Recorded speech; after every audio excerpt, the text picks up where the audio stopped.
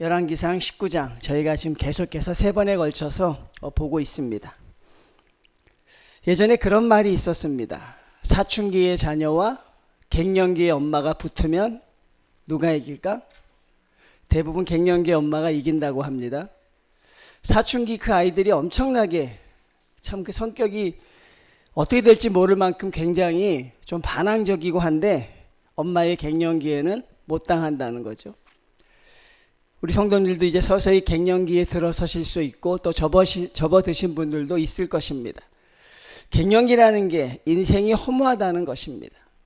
내 살아온 인생을 돌아보면 내 뜻대로 된 것이 아무것도 없다는 것이에요.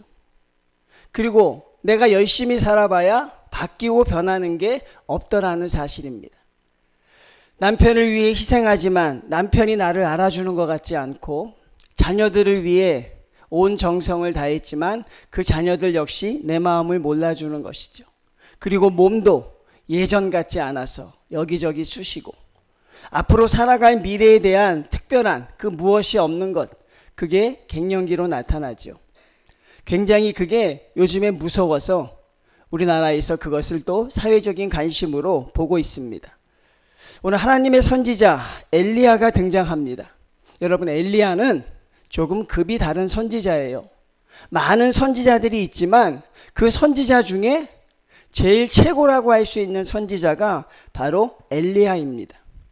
그래서 오죽하면 예수님이 이 땅에 오셨을 때 사람들이 그가 엘리야라고 말하는 사람들도 아주 많았을 만큼 그는 대선지자입니다. 그런데 그런 선지자가 지금 하나님 앞에서 죽기를 구하고 있는 것이에요. 그 죽겠다는 이유가 대단한 것이 아닙니다. 오늘 제가 앞에서 말씀했던 것 있죠?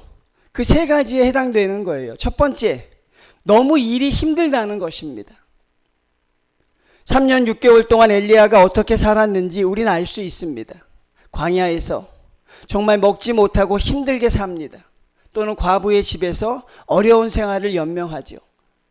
그가 그렇게 살았는데 바뀌고 변하는 게 없더라는 것이 사역자들이 갖는 고민이죠.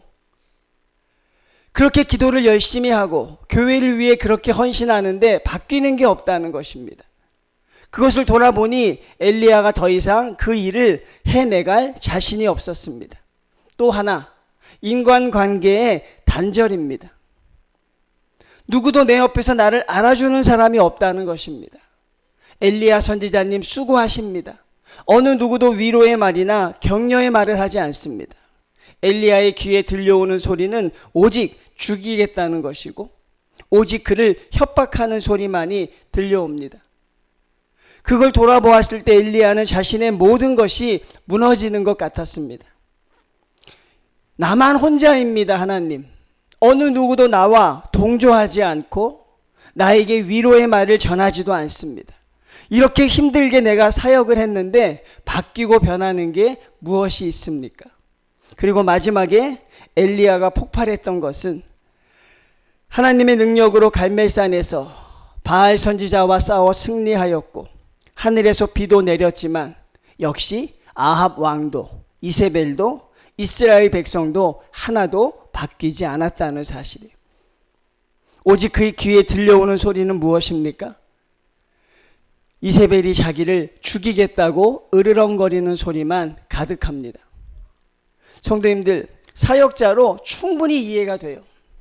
얼마나 힘들게 고생하고 노력합니까? 다른 사람들이 하지 않을 때, 다른 사람들이 평범하게 살 때 엘리야는 너무나도 거친 생활을 살죠. 그래도 하나님이 계시기에 견딜 수 있었습니다. 내가 견디고 하나님의 일을 감당하면 반드시 하나님의 때가 이루겠지. 그런 믿음을 가지고 했는데 바뀌는 게 없어요. 많은 사역자들이 거기서 절망하지요. 아무리 기도해도 대한민국이 바뀌지 않더라. 아무리 기도해도 우리 가정이 바뀌지 않더라. 남편을 위해 수십 년 기도해도 남편이 변하지 않더라. 그 기도 앞에 우리는 절망하고 좌절한 순간들이 있지요. 그리고 어떤 결론들을 내립니까? 거기서 내가 더 열심히 기도해야겠다. 그런 결론을 내리는 성도는 정말 드뭅니다. 어떤 결론을 내립니까? 이제 내가 기도하지 말아야겠다. 이제 내가 그냥 평범하게 살아야겠다. 그런 생각들을 하는 것이죠. 이 정도면 바뀌어야 하는데, 이 정도면 변해야 하는데, 이렇게 했으면 바뀌어야죠, 성도님들. 바알의 선지자 450명을 죽이고 하늘에서 불이 내려와서 그 제단을 불살랐으면 적어도 바뀌고 변해야 되는 것이죠. 근데 이스라엘 백성 어느 누구 하나 엘리야에게 와서 변했다고 말하는 사람도 없고 나라는 점점 더 어려워져 가는 것이죠. 엘리야가 선택할 수 있는 길은 한 가지였습니다. 모든 걸 내려놓겠다는 것이죠. 나 혼자라는 사실. 여러분, 너무나도 아이러니하게도 있잖아요. 한국교회 통계를 한번 내봤는데 3명 중에 1명은 교회에서 지독한 외로움을 느끼고 있다고 합니다. 아, 형제님 사랑합니다. 자매님 사랑합니다. 그렇게 얼굴 웃으면서 친절하게 하는데 무려 3명 중에 1명은 교회에서 지독한 외로움을 느끼고 있대요. 여러분 외로우십니까? 정인교회 성도님들 외로우세요? 근데 외로움의 가장 큰 이유가 뭐냐 했더니만 마음을 터놓고 이야기할 성도가 없다는 게 거의 절반이에요. 내 마음을 터놓고 이야기할 사람이 없습니다. 참 큰일입니다. 교회는 외롭지 않은 곳이 되어야 하는데 외로운 곳이 와서 즐거움으로 바뀌어야 하는데 교회에 와서도 외롭다는 것이죠. 우리 한번 외로움의 실체를 저희가 한번 볼 필요가 있겠죠. 과연 사람이 없어서 겪는 외로움일까? 사람이 없어서 사람의 위로를 받지 못해서 듣게 되는 외로움일까? 교회의 성도들의 외로움도 과연 그런 것일까? 주변에 나를 알아주는 사람이 없고 그런 이야기도 합니다. 밥 먹을 때 밥 먹을 사람이 없고 차 마실 때 차 마실 사람이 없다. 결국 성도들의 외로움이 사람의 모습으로 나타나는 것 같지만 결국 그렇지 않다는 것이죠. 예수님이 우리와 함께 하신다고 하시고 예수님이 우리의 친구 되신다고 하시고 제가 여러분들에게 묻습니다. 하나님이 여러분과 함께 하시는 줄 믿습니까? 하면 100이면 100 다 아멘 합니다. 그런데 외롭다는 것이죠. 그것은 하나님이 여러분과 함께 하신다는 것이 작동되지 않는다는 거예요. 내 입으로는 앵무새처럼 이야기하지만 하나님이 나와 함께 하신다는 그것이 내 삶 속에서 전혀 작동하지 않고 있는 것이죠. 그러니 여러분 엘리야의 모습을 보면 이게 여러분 엘리야의 삶이 바뀐 게 하나도 없어요. 늘 힘들고 외로운 삶이었습니다. 선지자로 부름받은 순간부터 엘리야는 늘 어려운 삶을 살았어요. 풍족하게 먹지 못했습니다. 사람들에게 늘 협박과 어려움을 당했지요. 아무런 환경이 바뀌지 않았는데 그전에는 외롭지 않고 지금은 외롭다고 하는 것. 그건 사람과의 관계가 바뀐 게 아닙니다. 무엇입니까? 하나님과의 관계가 바뀌었다는 것이죠. 선지자로 활동할 때는 왕성하게 활동할 땐 외롭지 않았는데 그때의 사람과 지금의 사람은 똑같습니다. 여러분 바뀌지 않았잖아요. 뭐가 바뀐 게 있습니까? 그런데 엘리야만 상황이 바뀐 것이죠. 그러니 그것은 엘리야와 하나님 관계가 우리가 주목해서 볼 필요가 있는 것이죠. 결국 교회 안에 성도들이 외롭다고 하는 것은 여러분 사람의 문제가 아니에요. 같이 밥 먹어줄 사람이 없고 같이 차 마실 사람이 없고 마음을 터놓을 사람이 없다. 마음을 터놓을 사람이 있어서 이야기하면 그 외로움이 없어질까요? 한번 묻고 싶은 것이죠. 내가 고민이 있는데 그 고민을 누가 들어준다면 내가 고민을 털어놓고 나면 내 문제가 해결될까요? 물론 그런 경우도 있지만 더 쌓일 때도 있는 것이죠. 왜? 전혀 나와 다른 사람들의 모습을 볼 때. 오늘 엘리야가 한 가지 희망적인 것은 외롭다는 말을 사람들에게 하지 않았다는 게 너무 감사한 거죠. 의도된 것인지 의도되지 않은 것인지 모르겠지만 그는 이세벨의 협박에 도망을 가면서도 마지막 순간에는 자기의 수종, 사환까지 두고 더 깊은 곳으로 갑니다. 그리고 하나님과 1대1로 마주친 그 순간에 비로소 그가 입을 엽니다. 하나님, 외롭습니다. 하나님, 너무 힘듭니다. 아마 엘리야의 눈에서 눈물이 터져 나왔을 수도 있을 것 같아요. 너무 힘들고 어려우니까. 예전에 TV 드라마를 볼 때 그걸 봤어요. 열심히 살아가는, 악착같이 살아가는 딸이 있어요. 주위에서 다들 대단하다고 하는 그런 여성이 하나 있었습니다. 씩씩하고 박력이 넘치고 매사에 적극적이던 그 여인의 엄마가 힘드니라고 말할 때 펑펑 우는 모습을 본 적이 있어요. 그 어머니가 그 딸에게 많이 힘드니라고 이야기할 때 그 딸의 눈물이 터진 것을 제가 본 적이 있는 것 같아요. 많이 힘들었겠구나. 그동안 참아왔던 눈물이, 그동안 참아왔던 외로움과 아픔이 어머니라는 사람 앞에서는 그게 감춰지지 못하는구나. 대단한 말 하지 않았습니다. 딸아, 내가 힘드니? 그는 거기서 펑펑 웁니다.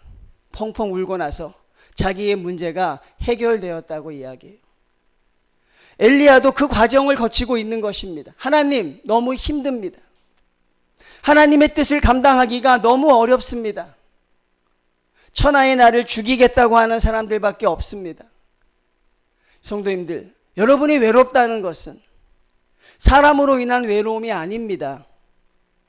여러분이 외롭다는 것은 사람으로 인해 채워질 수 있는 게 아니고 채워진다고 하더라도 아주 일시적인 것이죠.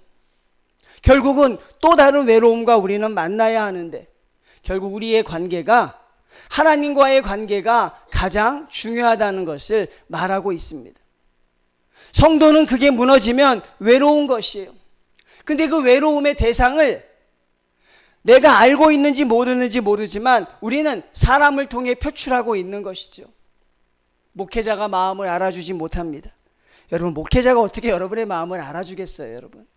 그건 여러분 너무 오버하시는 거죠. 그렇죠? 어떻게 마음을 알아주겠습니까? 일주일간 살아온 삶을 잘 모르는데 여러분도 얘기하지 않고 누가 내 마음을 알아줄 수 있을까? 결국 하나님밖에 없는데 그 하나님과의 관계가 지금 무너지고 있는 것이죠. 여러분, 그때 성도들은 외로움을 느껴요. 그래서 우리나라 교인들 중에 3명 중에 1명은 외로움을 느끼고 있다는 것이죠. 외로움은 여러분 사실이 아니라 감정의 문제입니다. 정확하게 보십시오. 내가 외롭다고 하는 건 나를 외롭게 하는 팩트가 있는 게 아니죠. 내가 그냥 감정으로 그것을 치환하고 있는 것입니다. 엘리야가 심각한 외로움에 빠지고 있죠. 그때 여러분, 오늘 저희가 읽은 말씀, 그게 오늘 바로 9절의 말씀이죠. 엘리야가 그곳 굴에 들어가 거기서 머물더니 여호와의 말씀이 그에게 임하여 이르시되 엘리야야, 내가 어찌하여 여기 있느냐. 이게 제가 앞에 말했던 그거예요. 너 여기 서 있느냐고 책망하는 게 아니라 엘리야야, 많이 힘드니? 하나님의 그런 말을 들으면 뭉클해질 것 같아. 아무개야, 많이 힘들었니? 아무개야, 많이 고통스러웠니? 엘리야야, 너 여기 왜 있니? 어떤 말씀이 기억이 나요? 주님을 3번 부인해서 괴로워하던 베드로에게 주님이 뭐라고 말씀하셨습니까? 너 나를 사랑하느냐? 여러분, 말은 그래야 된다고 생각해요. 성도 간의 말씀들이 이랬으면 좋겠어요. 그저 거칠의 말이 아니라 많이 힘들었니? 너 여기 네가 왜 이러고 있니, 엘리야야? 네가 이러고 있을 때가 아니잖니.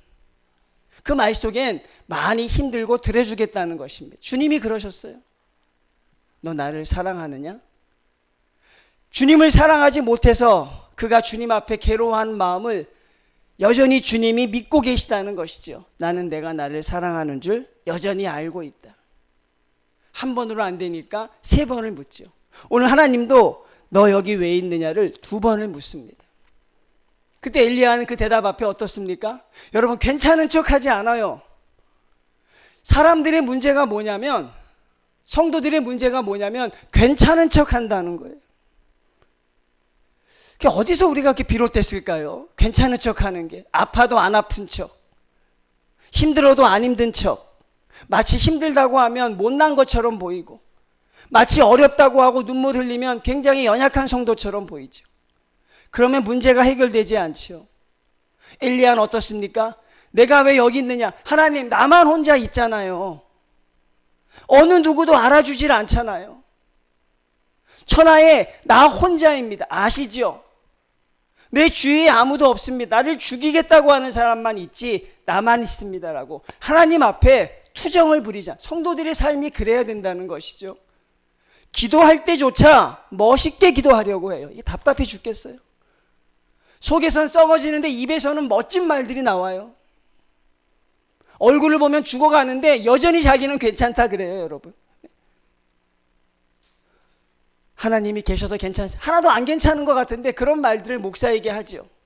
여러분, 그걸로 여러분의 문제가 해결이 안 돼요. 얼마나 좋은 기회입니까?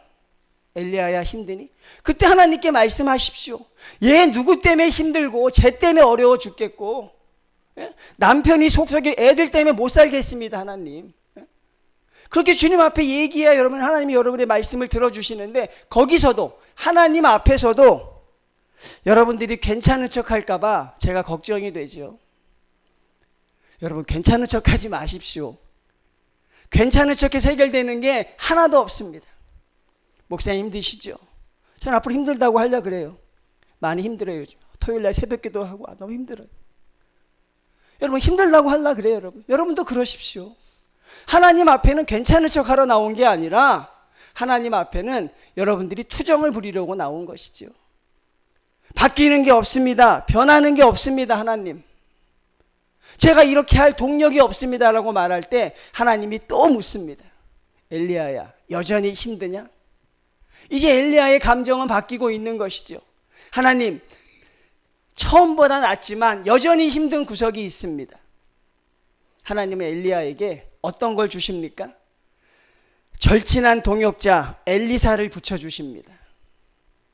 그리고 내게 무릎 꿇지 아니한 자 7,000명이 있다는 것을 가르쳐 주십니다.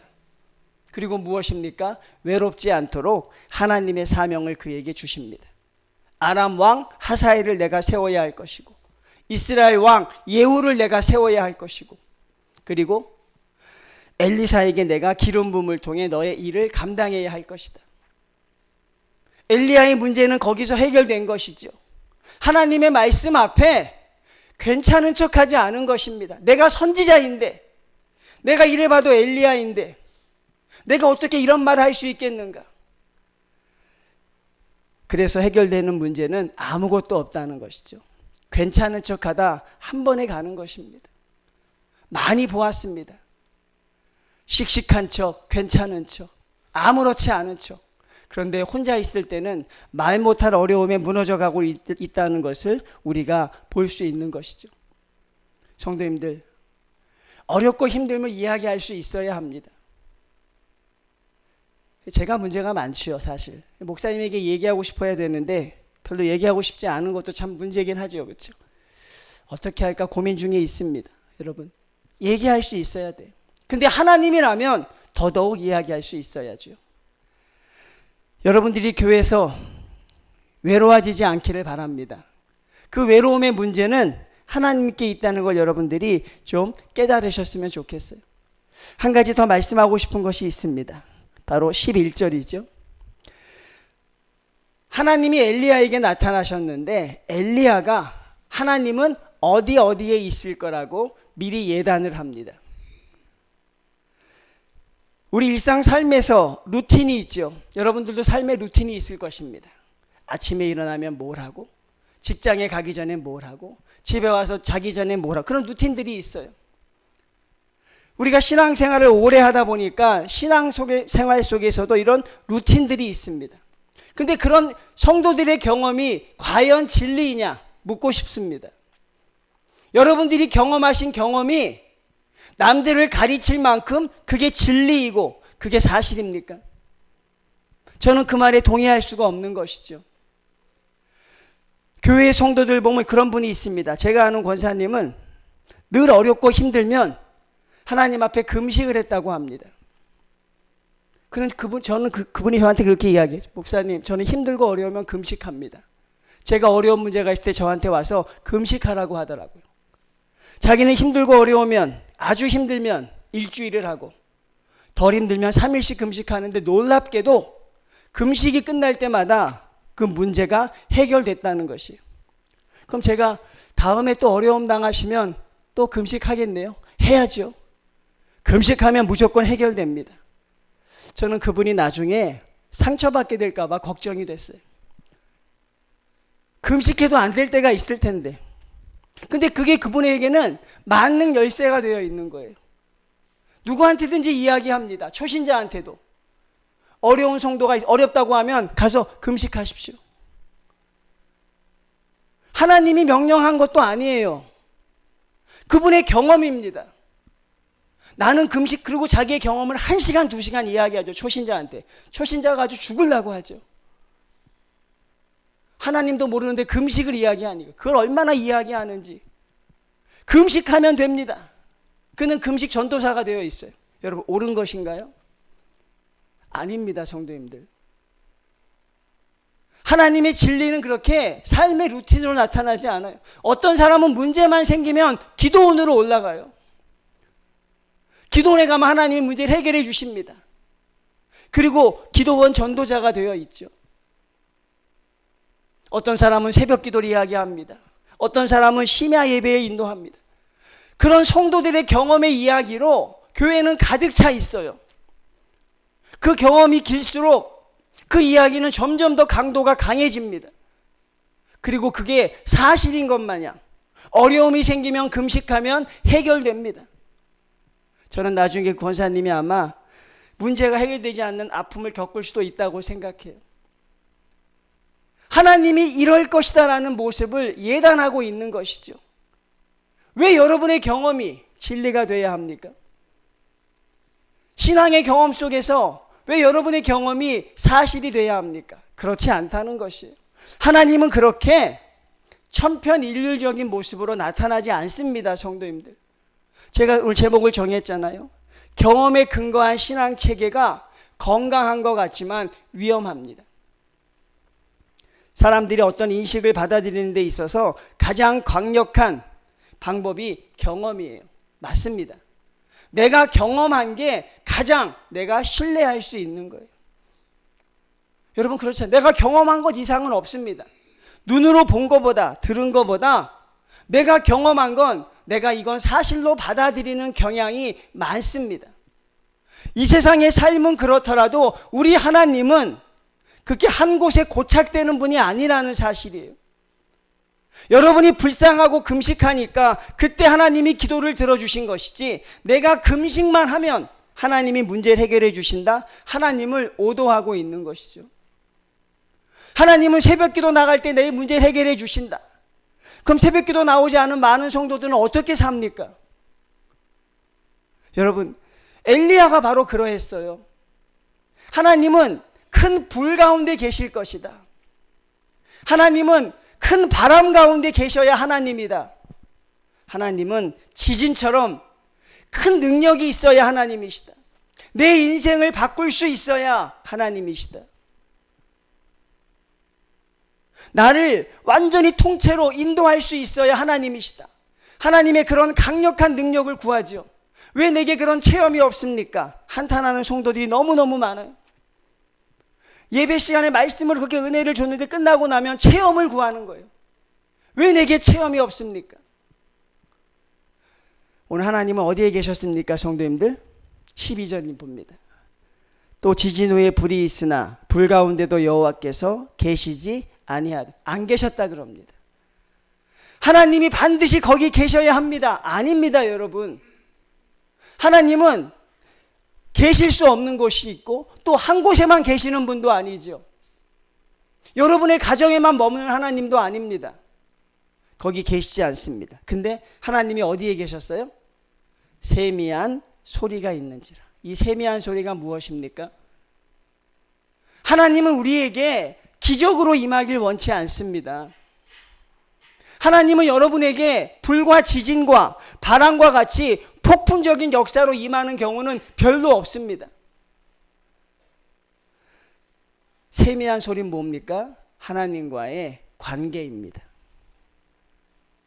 하나님과 나와의 관계를 말하고 있는 것이, 열심히 사는 딸이 그 어머니의 말 한마디에, 힘들이라는 말 한마디에 왜 웁니까? 다른 사람들이 그렇게 말해도 꿋꿋하게 버티고 힘들지 않다고 하던 사람이 아무 능력이 없는 그 엄마의 말 한마디에 왜 펑펑 웁니까? 엄마니까요. 나를 가장 사랑하는 분인 줄 아니까, 그리고 그분 앞에서는 울어도 된다고 생각하니까. 여러분과 하나님과의 관계가 불과 폭풍과 지진으로 맺어져 있다면 여러분은 실망한다니까요. 근데 하나님이 우리에게 원하시는 건 세미한 소리, 하나님과의 관계 속에서 그 관계를 사모하는 성도가 되기를 주님은 원하고 계신 것이에요. 그러니 저와 여러분은 죽기 전에, 하늘나라 가기 전에 나를 나보다 더 사랑하시는 하나님을 한번 만나야 돼요. 여러분 삶이 다 하기 전에, 여러분이 누워서 못 움직이기 전에 하나님이 나를 사랑하신다는 그 하나님을 한번 만나야 됩니다. 여러분, 바울이 다메섹 도상에서 예수님을 만났듯이, 야곱이 광야에서 하나님과 씨름했듯이, 그 하나님을 만나기 전에는 우리는 여전히 기복적일 수밖에 없어요. 우린 여전히 늘 왔다 갔다 할 수밖에 없어요. 성도님들, 세미한 하나님의 음성을 들을 수 있는 그 자리에 여러분들이 들어가셔야 합니다. 하나님이 우리에게 무엇을 해주셔서 감사한 게 아니에요. 여러분, 이제 추수감사절이 돌아옵니다. 감사의 조건을 찾으려고 하지 마십시오. 여러분이 살아있다는 것 자체가 감사함입니다. 그리고 과거의 하나님을, 감사의 조건을 찾지 마시고 미래의 하나님은 여러분들을 더 큰 길로 인도해 주시는 것이죠. 우리는 그것을 모르고 자꾸 우리가 경험 속에 하나님을 가두려고 해요. 그게 전 굉장히 위험하다고 생각합니다. 오래된 성도들의 삶 속에 보면 대부분 그런 경험들의 루틴이 있어요. 난 하나님을 여기서 만났다. 여러분, 다메섹 도상에서 하나님을 만난 건 바울 한 사람이었어요. 저마다 경험들이 다르죠. 그 경험들을 모아서 하나님께 우리가 영광을 돌려야 하는데 그게 마치 다 루틴이 되어 있는 거예요. 저는 그분이 지금도 생생하게 떠올라요. 어렵기만 하면 금식하세요, 목사님. 금식 별로 좋아하지도 않는데 계속 금식하라고 했던 분이 생각이 나요. 한 2끼인가 해봤는데 별로 해결되지 않는 것 같아서 안 했어요, 여러분. 그런 대화는 아무 의미 없는 거예요, 성도님. 여러분의 경험이 뭐가 중요합니까? 그 귀한 시간에 내가 저 성도의 경험을 듣고 있어요? 여러분도 하나님이 경험하신 경험이 얼마든지 있잖아요, 그렇죠? 또 그 말을 듣고서 금식해서 문제가 해결됐다고 하는 사람도 있는 거 보면 한두 번은 맞아요. 네? 한두 번은 되겠죠. 매번 그렇게 되지 않아요. 엘리야는 여러분, 하나님이 반드시 불 가운데, 바람 가운데, 지진 가운데 계셔야 한다고 생각했어요. 갈멜산의 전투만이 하나님의 선지자의 정체성이라고 생각했죠. 근데 하나님은 그런 분이 아닙니다. 내가 어찌하여 여기 있느냐? 사랑하는 아들아, 딸아, 내가 왜 이렇게 힘없고 외로워하느냐? 하나님의 음성을 여러분들이 들을 수 있어야 하는데 그 하나님의 음성이 아니라 사람의 소리로 채우려고 합니다. 그 과정에서 상처도 받습니다. 그 과정에서 어려움도 겪습니다. 엘리야가 오늘 승리할 수 있었던 것은 사람에게 외로움을 토로하지 않았어요. 그 힘들고 죽을 것 같은 심정을 사람에게 나누지 않습니다. 꼭 참습니다. 죽을 것 같은 고통을 참습니다. 그리고 걸어갑니다. 그리고 하나님과 1대1이 됐을 때 하나님 앞에 드디어 꺼내놓습니다. 여러분의 문제는 하나님 앞에 드려질 때 해결될 수 있는 것이죠. 사람에게 드릴 때 사람이 그 문제를 어떻게 해결할 수 있습니까? 하나님은 엘리야를 그렇게 위로하고 격려해 주십니다. 하나님은 여러분이 어렵다고 할 때 왜 그것밖에 안 되냐고 말하지 않습니다. 하나님은 여러분이 힘들다고 할 때 너 왜 그 모양이냐라고 비난하지 않습니다. 하나님은 들어주십니다. 그리고 그 길을 해결할 수 있는 분이 하나님임을 보이고 계신 것이죠. 여러분, 하나님 앞에 좀 더 진실해지십시오. 주님 앞에 좀 더 솔직해지십시오. 그리고 여러분, 하나님이 여러분에게 위로자가 된다는 사실을 꼭 믿으시길 바랍니다. 우리는 그것 때문에 하나님의 성전에 나오는 것입니다.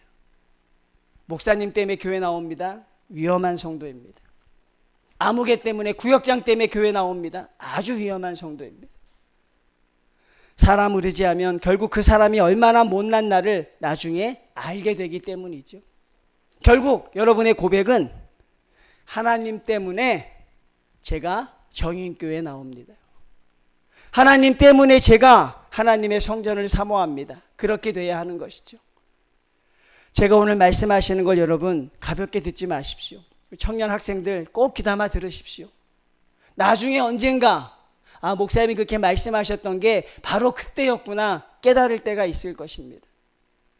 하나님만이 참된 위로자, 참된 구세주가 된다는 사실이죠.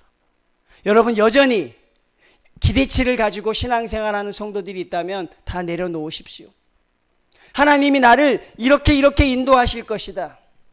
하나님이 나의 자녀들을 이렇게 해주실 것이다.